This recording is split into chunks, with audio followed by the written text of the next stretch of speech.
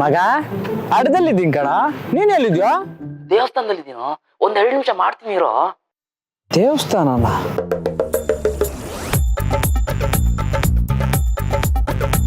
ಮಗ ಎಲ್ಲೋ? ಮಗ ಚರ್ಚ್ ಅಲ್ಲಿದ್ದೀನೋ.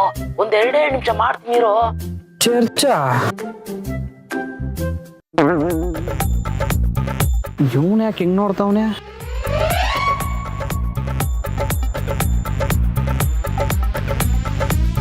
ಲೇ ಇನ್ನು ಎಷ್ಟೊತ್ತ? ಮಸ್ತಿದ್ದೀನೋ. ಒಂದ್ 2 ನಿಮಿಷ ಮಾಡ್ತೀನಿ ಇರೋ. ಮಸೀದಿನ? ಓ ಮೈ ಗಾಡ್. ಕೃಷ್ಣ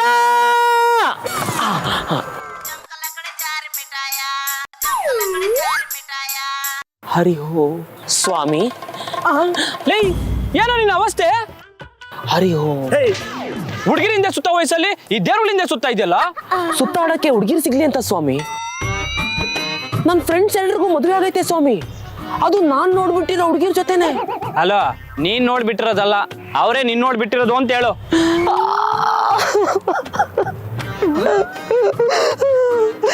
ಹಿಂಗಾದ್ರೆ ಹೆಂಗೆ ಸ್ವಾಮಿ?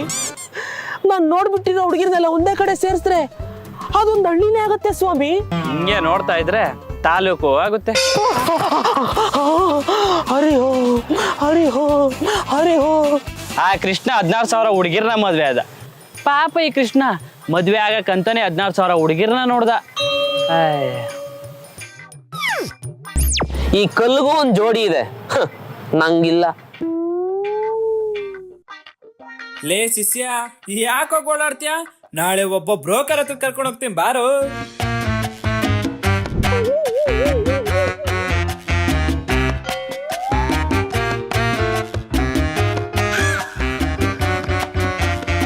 ಅಂಕಲ್.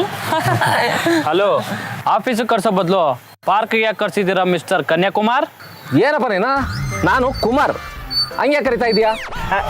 ಅದು ಎಲ್ರಿಗೂ ಕನ್ಯಾ ಕೊಡಿಸ್ತೀರಲ್ವಾ, ಅದಕ್ಕೆ ಕನ್ಯಾಕುಮಾರ್ ಅಂದೆ. ಅದೇ ನೀವು ಆಗಿದ್ದಿದ್ರೆ ಕನ್ಯಾಕುಮಾರಿ ಅಂತ ಕರಿತಿದ್ದೆ. ಅದೇ ಇವಾಗ ನೋಡಿ ಅಂಕಲ್, 1000 ಸುಳ್ಳು ಹೇಳಿ ಒಂದು ಮದುವೆ ಮಾಡು ಅಂತಾರೆ, ಅದ್ರಲ್ಲಿ ನೀವು ಕಿಂಗು. ನಿಮ್ಗೇನು ಹೊಸ್ತಲ್ಲ, ನಮ್ಮ ಹುಡುಗ ಗಂಡ್ಸು ಅನ್ನೋ ನಿಜಾನ ಬಿಟ್ಟು ಬೇರೆ ಏನ್ ಬೇಕಾದ್ರೂ ಸುಳ್ಳು ಹೇಳಿ, ಒಟ್ನಾಗ ಒಂದು ಹುಡುಗಿನ ಗಂಟಾಕಿ ಸಾಕು. ನೋಡಪ್ಪ, ನಿಮ್ಮ ಹತ್ರ ಗಂಟು ಚೆನ್ನಾಗಿದ್ರೆ 3 ಗಂಟೆ ಹಾಕ್ಸ್ಕೊಳಕ್ಕೆ ಹುಡುಗಿರ್ ಕ್ಯೂ ನಿಲ್ತಾರೆ. ಅದಿಲ್ದೇ ಇರೋದ್ ಕೆಲ್ವ ಅಂಕಲ್, ನಿಮ್ ಪಕ್ಕ ಬಂದ್ ಕೂತಿರೋದು. ಅರ್ಥವಾಯ್ತು ಬಿಡು.